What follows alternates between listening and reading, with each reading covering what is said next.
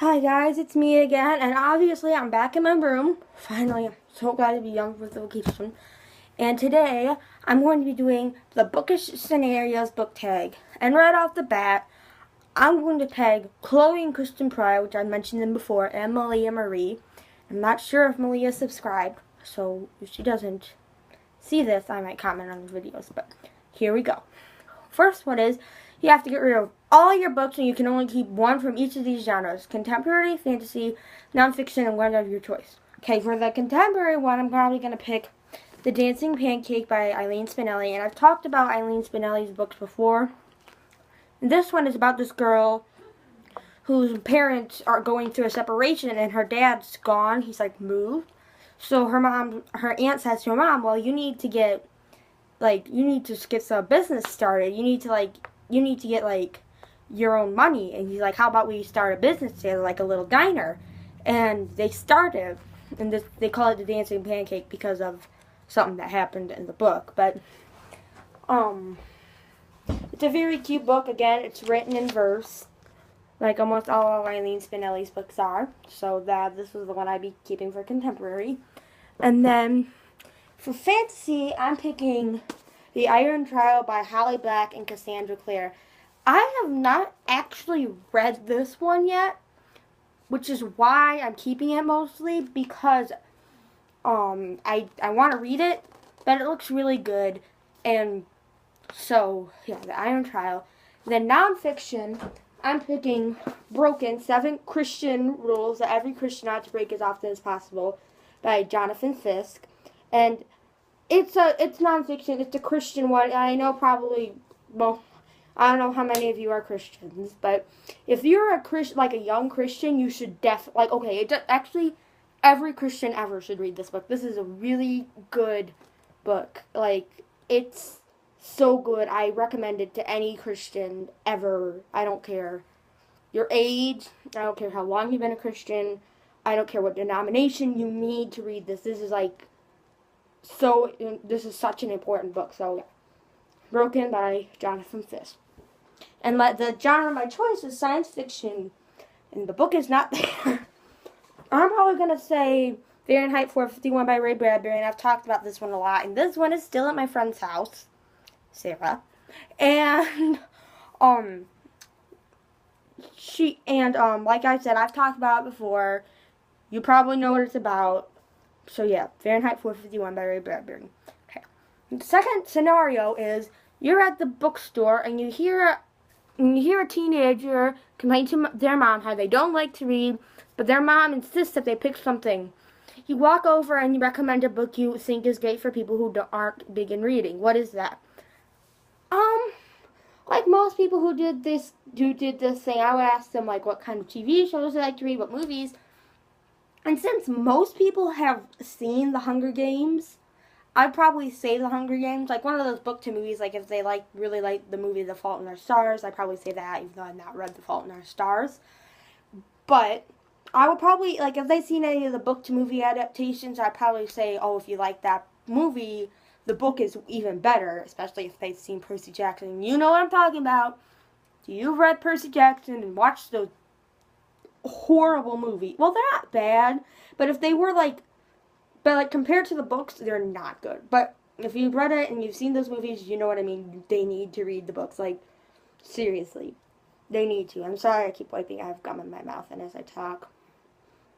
So yeah, probably The Hunger Games or some other book to movie that was adapted to a book. You're not feeling yourself and you need a pick-me-up. What book puts you in a great mood? Probably Percy Jackson. And you can see I've read this many times. And some funny too. Some book that I've read over and over and over again. And definitely Percy Jackson is a great book that I always like to read. So, Percy Jackson. You go back in time to a day for your teenage years. What book do you most likely have caught yourself reading? As you can see, I am not an adult.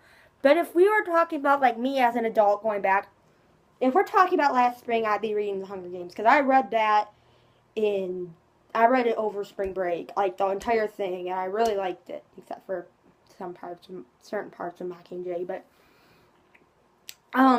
or Harry Potter, the Heroes of Olympus series, anything I've been probably reading in the past year or so.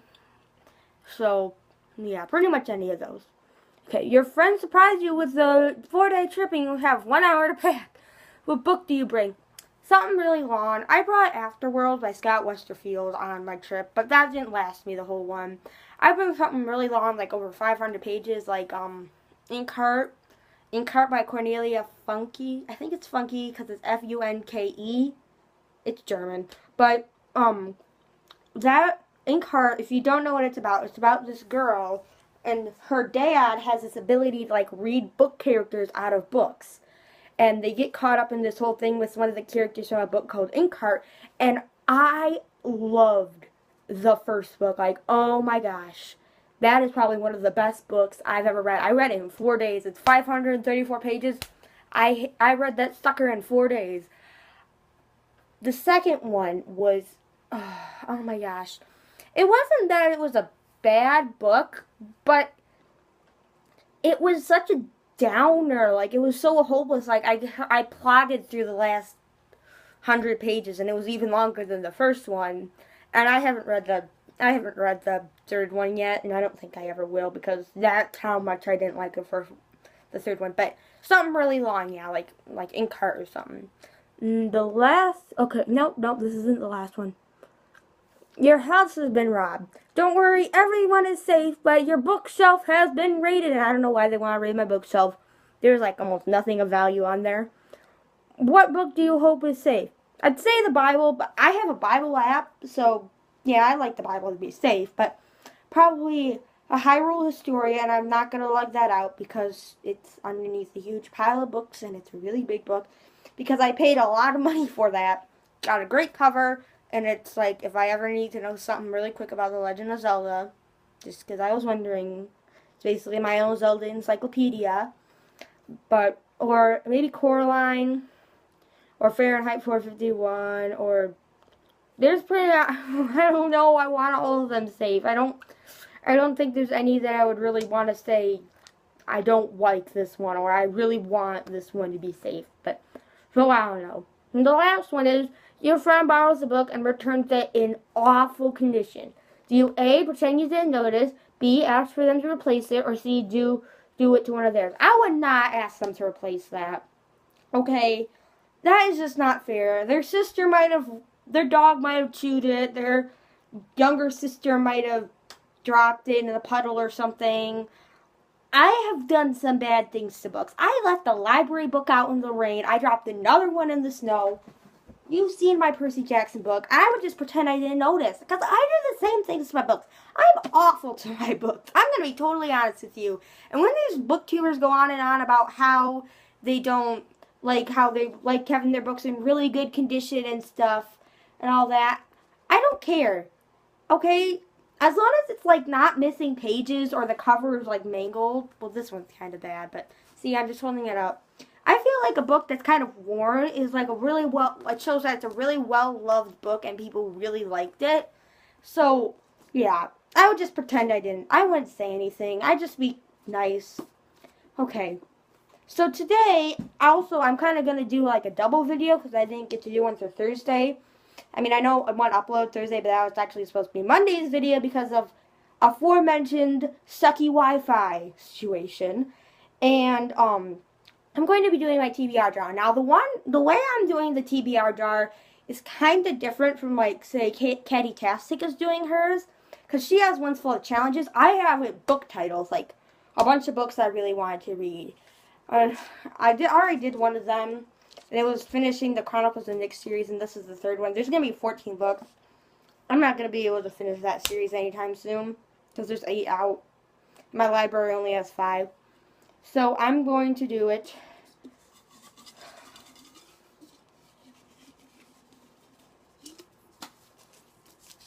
Is it facing it? Is it facing it?